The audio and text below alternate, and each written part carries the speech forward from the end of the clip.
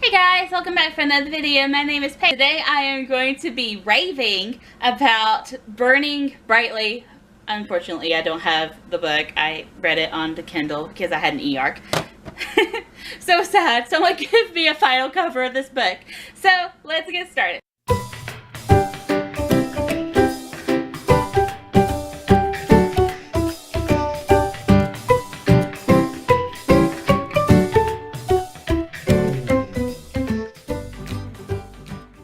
Overall, if you're not going to go past a lot in this book, because at this moment I haven't sat down and like rated the book yet, but I'm going to actually end up giving this book a 4.5 out of 5. It was really amazing. So the premise behind this book is that one is it's a Jane Eyre retelling. I've not read Jane Eyre, but there's this like YouTube, Facebook comics, or not comic, but web series where this guy, he explains in funny terms and, you know, easy to understand terms, what happened in classic books. Jane Eyre was one of them, so I'm slightly familiar with how the book goes. That being said, you do not have to read Jane Eyre to read Burning Brightly. It is its own book, which is like really unique in retellings, but I'll get to that in a second. But Burning Brightly, it is about this girl named Stella Ainsley, and she is living in space. Now, why they're living in space is because there was a super volcano that erupted, and it basically created another ice age. And yes, it does go into a little bit of the science behind it, but it doesn't go into so much of the science that it really confuses non-sciencey readers, which, you know, good for me because I like science, but I need like the kindergarten level of science. So she is on this spaceship called the Stalwart, almost like Stewart, except S-T-A-L-W-A-R-T. In the shuttle, it grows food for the other shuttles. I'm assuming there's like one or two more, and that's like one of my little complaints about this book is that I wish the world building was a little bit more, but it was nearly perfect. But yeah, so she's on a spaceship. It grows some of the food for the other shuttles. So you have like the St. Petersburg and the Mumbai, Lady Liberty, and the Empire, and you can obviously guess where those are from: Russia, India, U.S., Britain.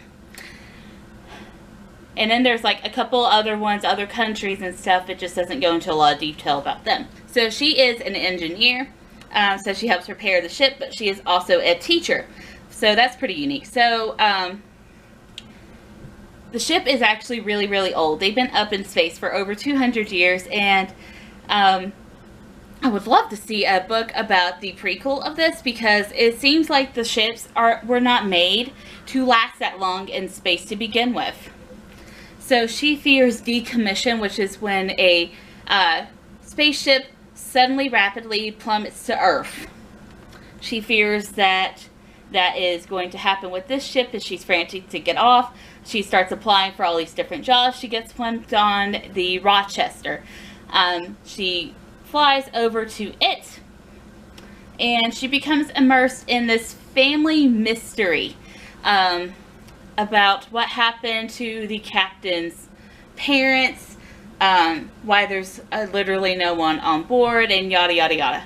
If you've read Jane Eyre, you can kind of guess where this book is going, but again, you do not have to read Jane Eyre to understand this book, which is what I really appreciated and loved about this book.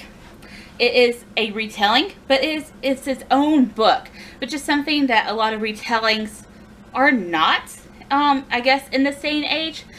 I've read a lot of retellings that are basically just straight up copies of the original, with maybe like a few names and places changed. And while that's okay, it's not really you know, it's just basically the same story again.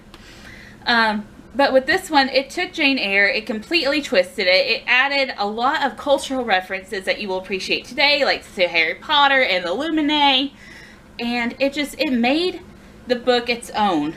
And obviously the set in space one is something that Jane Eyre didn't do, But there's a lot of other things, like how the book progresses and the relationships between Stella and other occupants on the Star War and the Empire and all this other stuff. There's just a lot of different levels in this book that were added on to the original Jane Eyre telling that made it one a lot more interesting, I would say, to people, especially younger readers that are reading books today.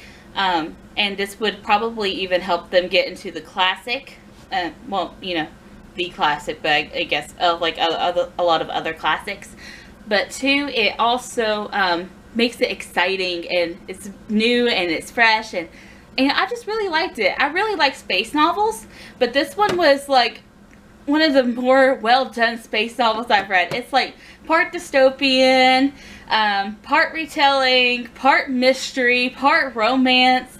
And you know, the romance in it, I feared it was going to be cheesy. I feared it was going to fall into one of my many most hated YA cliches, but it didn't, surprisingly, and I love that about this book. It was just, you know, and you know, if you want to read a new release and you've already read Sky into Deep, I would recommend Burning Brightly. I really wish I had a finished copy. Someone get me a finished copy.